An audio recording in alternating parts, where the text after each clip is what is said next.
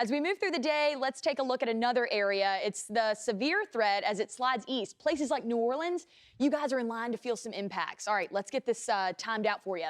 Here's a look at Baton Rouge, Louisiana, and you can see this is Alex Box Stadium. Now listen, I know the sun's not quite up yet. It's okay, still a good shot. You got lights on.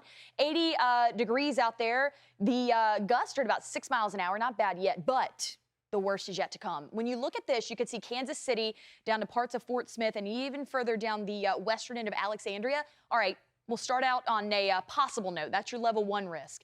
This is what I'm looking at. And you know me, I always say a threat's a threat. But when you have a level 3 very likely threat through Little Rock, Greenville, Shreveport, Meridian, and Alexandria, that's no joke. All right, these threats are going to be big, and it's going to be something we need to watch out for. Hey, have that emergency plan in place. I know you know to do that, but I'm going to tell you anyway. I'm a meteorologist, my job. All right, so you can see today by about 5 a.m.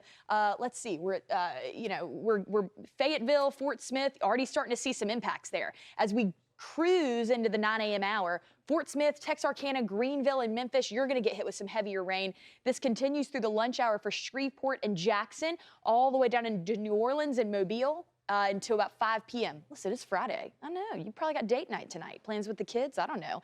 You do you, but I'd make plans inside if I were you, if I was in this area. And please be on the lookout for what could come, because flash flooding, big issue with this system, especially through Fort Smith and Little Rock. You're under that level 2 likely category.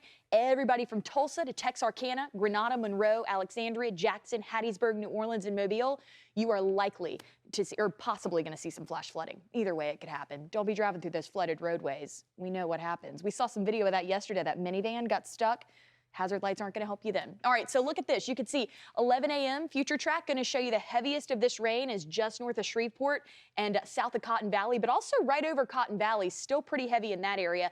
Steve, I-49 and I-20 going to be a bit of a mess, but we got to remember there's a lot of roads in this area, some back roads. People just need to stay off of them until this passes.